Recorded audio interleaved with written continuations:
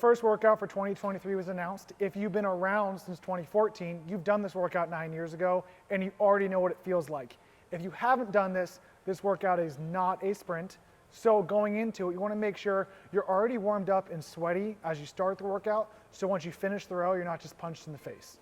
Yeah, so kind of like Hunter was saying, this workout, it's 14 minutes. That clock does go by quick, but by no means is it going to be a sprint. All right, we're going to go over all of the movements and kind of how we would expect you guys to pace those. But just know you're going to stay nice and consistent. The goal is to just keep moving the entire time. And then if you are someone who gets through those muscle ups, gets back to that row, which we're hoping a lot of you guys are, then it's time to crank it up a notch, send it to the finish. So when it comes to the row, a lot of people are going to get really competitive right at the start. You're going to feel fresh and be amped up. You're going to want to go fast. However, consider the difference between going extremely fast, being the first off the rower, or dialing it down about 90% and making sure that you actually feel okay for the rest of the workout. You're only a few minutes on the rower, so if you lose 15 seconds by slowing down 100 or 200 on your pace, that's totally fine to do. When you work through it, anticipate you're gonna be strong right at the start. Allow yourself to be strong, maybe the first minute or 90 seconds, and then really settle into a pace and just ride out those last 60 calories so you can get right up, go on to your next station. After the row, heart rate's gonna be up a little bit. We're moving into the toes to bar. Biggest thing is to have both a plan A and a plan B. A good goal is to come into it thinking you're maybe gonna get it done in 5 sets or 6 sets. We like descending rep schemes, so something like 14, 13, 12, 11, something along those lines, but just know your goal, 5, 6 sets, just depends on kind of what your abilities are as an athlete. Just make sure you keep moving.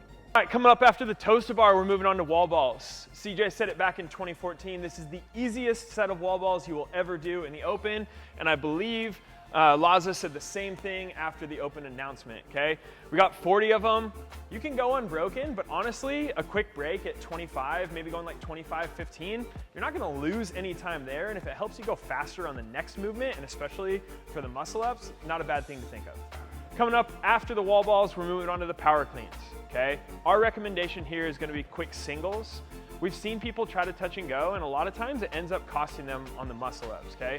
So just know yourself as an athlete, all right? If you're someone who likes to step back from the bar, make sure you stay checked in, okay? Stay close to the bar, but quick singles we think is gonna be the best way to go here. So muscle ups are gonna be the place where you can lose the most amount of time. Every time you break is going to be a significant break. It's not gonna be 3 seconds. So while you're doing your muscle ups, make sure that you're falling in a position that you're getting as big of a set as you can without risking failure.